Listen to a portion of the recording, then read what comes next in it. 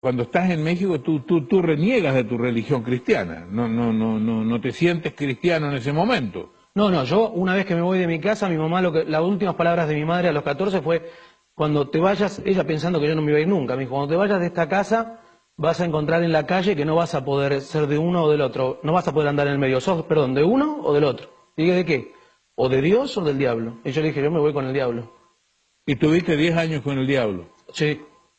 Renegando de tu religión. Sí, porque, don Francisco, usted tiene que entender que en el mundo cristiano, o los creyentes, que entienden del poder de Dios, también conocen del poder del enemigo. Y yo quería utilizar, si bien yo había nacido en un lugar cristiano y entendía ese poder, quería manipularlo a mi favor.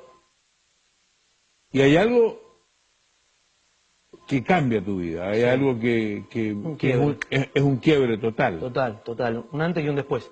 Llegamos a la Ciudad de México para un evento importante de rock, que auspiciaba un canal de música muy famoso, y bueno, yo salgo a comprar unos instrumentos, y bueno, somos secuestrados, somos abordados por un grupo así, comando. Y tú eras exitoso artísticamente. Artísticamente nos estaba yendo, era como que estaba llegando mi momento, por eso, digamos, era la impresión mía, digo, ¿por qué? ¿Por qué ahora, no?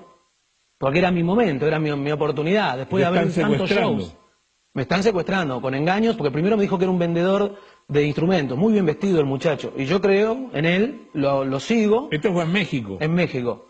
Y nos dirigimos hacia una zona donde, bueno, finalmente me terminan secuestrando a mí y a toda la banda. Digamos, salen 5 hombres más y, bueno, nos rodean armados. ¿Y qué pasa ahí? De ahí nos llevan a Tepito. Y ahí empieza el verdadero rock and roll, porque ahí yo dije, bueno, acá no salgo más, acá me matan.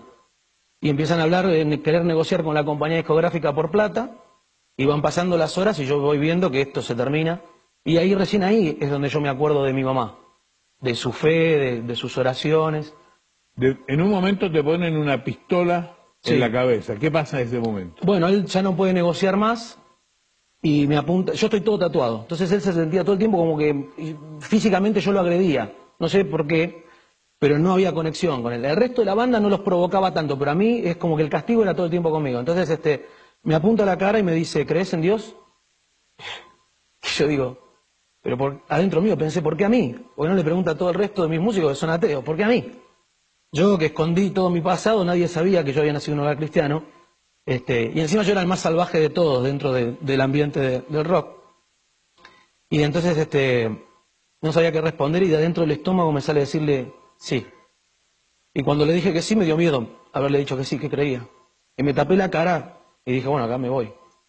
Y por lo contrario, esperé y cuando lo vuelvo a mirar, el muchacho me hace con el arma, me dice, si me hubieras dicho que no, te hubiera matado. Se guardó el arma y salió de la habitación. Empezó a discutir con el resto de los secuestradores. Y ahí yo siento un cambio en mí, físico.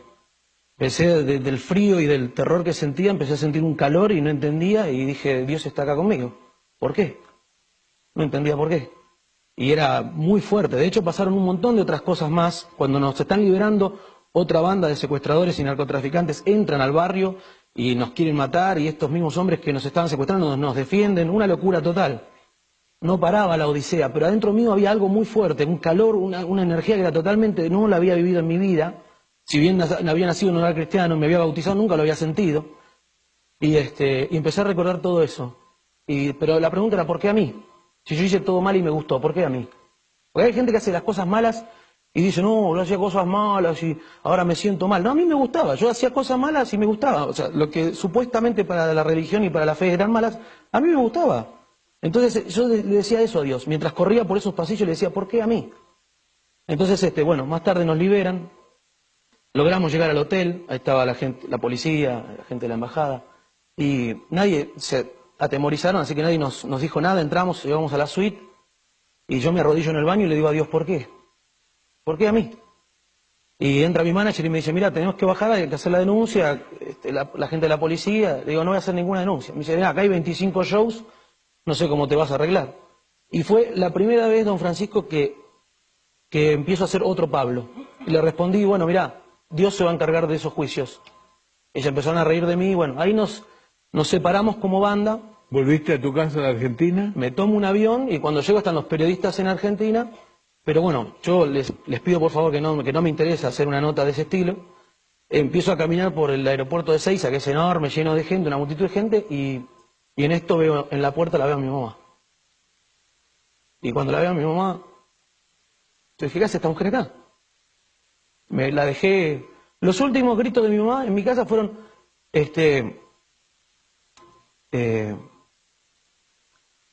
los últimos gritos de mi mamá, yo sé en quién deposité mi fe, gritaba. Y yo la escuchaba de media cuadra, más o menos. Y yo dentro mío estaba orgulloso de irme. Así que la encuentro a mi mamá ahí y me quedaba esa impresión todavía. O sea, estaba mi mamá, pero me quedaba esa impresión de esa mamá controladora, de esa mamá de estar educándonos constantemente, orando por nosotros. Se dedicó a nosotros, a mí y a mi hermana. Entonces, cuando la veo, no me salió a decirle, te quiero, mamá, ¿qué haces? ¿Cómo andás? No. Me salió a decirle, ¿por qué a mí? Lo que me venía preguntando hacía horas atrás del secuestro. Y ella me abraza y me dice, porque yo oré por vos por más de 15 años y Dios hoy a la noche respondió mi oración. Y ahí la abracé. ¿Y eso fue hace cuántos años atrás? 9. 9 años. ¿Tu vida cambió? ¿Te casaste? Sí. ¿Tienes hijos? Tengo hijos. ¿Te has dedicado a la música cristiana? Sí. La verdad que Dios me regaló una vida de nuevo. Y yo me aferré a esa oportunidad. Si bien mi pasado me perseguía al principio, porque no es fácil. Cuando hablo con los chicos o con los jóvenes, les digo, no es fácil. Yo no les quiero vender que de la noche a la mañana conoces a Dios y te cambia la vida. Pero cuando conoces a Dios se abre una puerta. Y cuando vos empezás a caminar hacia esa luz, son esos pasos tuyos que vos vas dando, Él te va acompañando y ahí empieza a cambiar.